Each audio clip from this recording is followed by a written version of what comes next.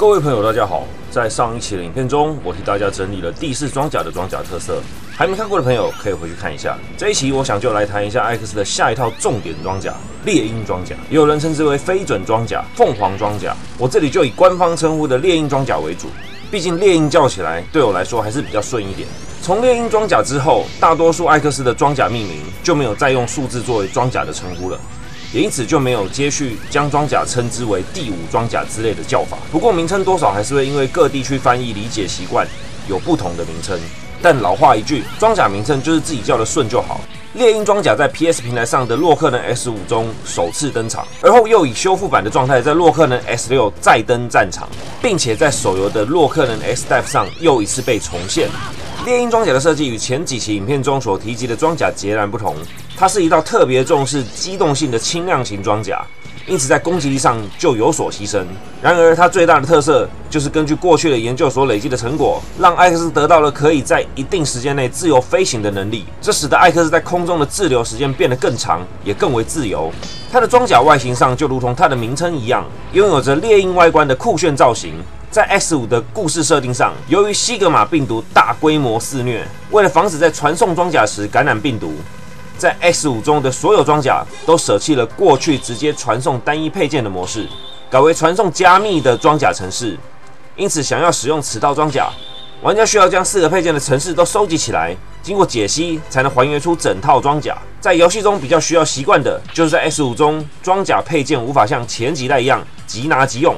而后续在 X6 所登场的新装甲也是继续沿用这个设定。然后在洛克人 S6 中，剧情上艾莉亚为了要面对突然发生的非正规品事件，匆忙的修复了猎鹰装甲，也由于时间急迫的关系，复原的并不完整，进而导致部分性能受到阉割。因此在 X6 中，猎鹰装甲也是被定位成一套前期闯关用的通关装甲。我是觉得在 S6 这种近乎变态的关卡通关，让玩家前期有套装甲穿，有个基本防护，还是会比完全塑身好一点。另外，由于 S6 艾克斯继承杰洛的利剑，因此也变相增加艾克斯的近战能力，也让 S6 的猎鹰装甲得以用利剑斩敌。本期影片就带大家回顾一下各代猎鹰装甲的配件机能及装甲特性，了解一下这套装甲在各代之间各自有哪些特色与功能。这边同样我会先从正传 S5、S6 开始介绍，最后再讲手游版 X-Dive 的猎鹰装甲。首先谈 S5 猎鹰装甲的头部配件，其功能为特殊武器耗能减少。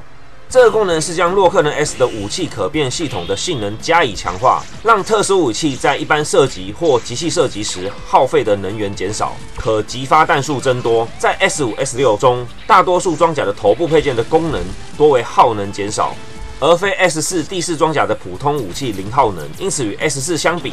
算是一种退化。这边也补充一下，这项功能其实在更古早第2装甲和第3装甲就已经存在。这2套装甲在同时取得头部配件跟身体配件时，也都会有特务耗能减少的效果。而 S6 修复版猎鹰装甲的头部配件基本上也是沿用特务耗能减少的功能，因此这边就简单带过，不多说了。再来继续讲 S5 猎鹰装甲的身体配件。除了具备大部分身体配件都有的伤害减少功能外，猎鹰装甲的身体配件的另一项能力就是臆造攻击。这是承袭了第4装甲新兴冲击的设计，将所受到的冲击转变为攻击能源，最后再将能源一口气释放出来，然后产生无数光弹攻击周遭敌人，属于一种大范围形态的臆造攻击，使用时为无敌状态，可以用来暂时解除被攻击的危机。玩家在使用猎鹰装甲时，此项攻击会出现在特殊武器的选单中，并且可以直接看到其能源残量。同样，臆造攻击并没有办法像其他特殊武器一样直接切换使用，而是要透过冲击吸收，将能源累积到全满时，按下必杀攻击才能发动。而 S6 的修复版猎鹰装甲也具备此项能力，攻击方式与 S5 大致相同，是一招大范围的流星雨攻击，招式特性也大致继承 S5。整体而言并无太大不同，只是说 S6 在发动时，游戏是还有特别设计一个背景画面，视觉上感觉会比较华丽一点。顺道一提，在 S5 中，臆造攻击除了靠受伤转换能源外，也是可以靠生命能源或武器负能源槽恢复能量，但无法靠负能源槽或武器能源补充。S6 也延续了这个设定。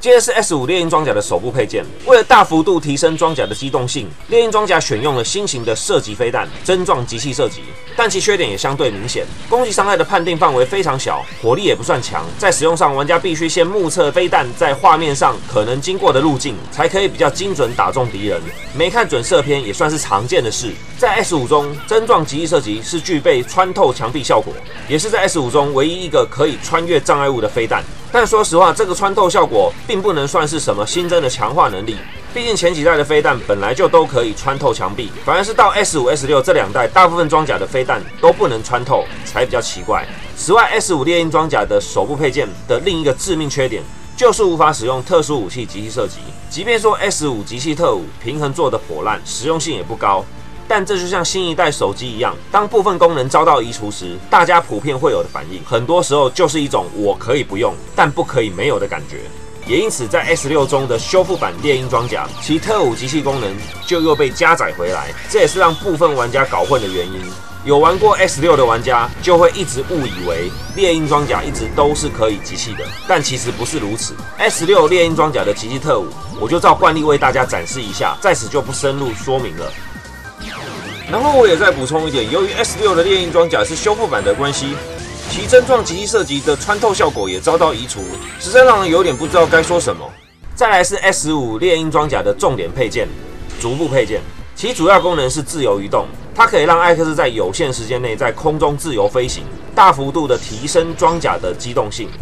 空中移动的时间与范围可说是历代最强。在 S5 中，玩家可以利用这个技能前往许多平常难以到达的地方，拿取重要道具。飞行的同时，装甲本体也会产生一层轻型的防护罩，让艾克斯在接触到敌人时不会受到接触伤害，并且防护盾本身还自带一些微弱攻击力，可以透过碰触敌人来给予轻度攻击，挺久一点也是可以干掉敌人。不过比较需要注意的是，此防护盾是无法防御雷射、炮弹等攻击，若飞行中碰到此类攻击，还是要避开一下，以免因遭受攻击而中断飞行，或在即死的区域被击落，直接 GG。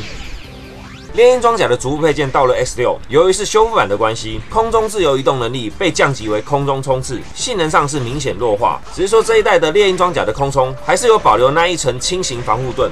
并带有些许攻击力。有耐心一点，可以透过换血冲撞，还是可以把敌人给冲死。只是说会这样做的人应该是不多。然后之前有提到，从 S5 开始，洛克人 S 系列就有引进强化配件系统。虽然2代的猎鹰装甲都各自有一些弱项，尤其是 S6 的修复版猎鹰装甲被弱化的更是明显，但透过强化配件系统的晶片辅助，还是能让装甲在通关或打王上具备一定的可用性。不过由于我装甲系列的影片主要是针对装甲各部件特性进行介绍，有关强化配件系统的介绍就留到以后等我有时间再处理了。最后来谈一下 S-Dive 的猎鹰装甲，一样怕有新观众不知道，在此款游戏中的装甲是无法拆成各部件单一说明，因此 S-Dive 的装甲我主要就是以装甲的主要技能与角色特性的介绍为主。S-Dive 中的猎鹰装甲全称为猎鹰装甲艾克斯，在本作中猎鹰装甲算是蛮忠实的还原原作性能，将装甲能力着重在超视距射击与空中移动等功能，因此连续输出的火力及防御能力就会不及游戏中的其他艾克斯装甲。此装甲在一些用不到飞行能力的关卡就较难以发挥其性能，实际使用起来的体感就是颜值高、战力差。首先，猎鹰装甲 X 的第一个主动技能就是还原原作的针状集气射击，在 S-Dive 里称为次针集气炮弹。达最大集气时，能源弹具备穿透地形效果，插入强化卡后可额外贯通一个敌人，或提升伤害威力。解锁被动技目标锁定后，对敌人的第2次射击伤害可再提高。此外，次针集气炮弹的另一个特色就是攻击距离非常远，可射到远超过游戏画面外的敌人，让玩家可以拉开安全距离偷打位置后面一点的敌人。只是说，虽然次针炮弹强化后可以贯通敌人，但在一个动不动敌人就多到满出画面的 S-Dive 关卡中，其实是蛮废的。穿透地形效果，老实说也没有多大加分。此外，按惯例 S-Dive 中每个招式都会有3张针对招式特性强化的强化卡，但在次针集气炮弹部分，其中1张强化卡却被拿来改为特殊移动的自由飞行，这等于是硬生生浪费掉次针集气炮弹的一个强化。S-Dive 中自由移动飞行时间为3秒，虽然是有在形式上还原了原作的飞行精髓，但实际上还原的只有表面。在 S-Dive 中的自由移动，不仅飞行高度受到限制，让艾克斯在飞的时候无法超过指定高度，能飞的高度大概就是落在3段跳跃的高度左右，移动时也仅能控制方向，其他事大都不能做，甚至连原作中的防护罩的轻微伤害效果也被移除。实际用起来的感受就是越改越烂，重点是还要浪费一张强化卡才能使用。硬要说它的优点，大概是在一般通关时，玩家可以透过此能力通往一些不容易到达的地点，在垂直范围较大的关卡找关卡捷径或隐藏元素，多少还算是有点作用。接着，猎鹰装甲艾克斯的另一个主动技能就是还原原作的异兆攻击。发动时，猎鹰装甲艾克斯会消耗掉所有的装甲能源，转换为大量光弹，夹击全范围的敌人。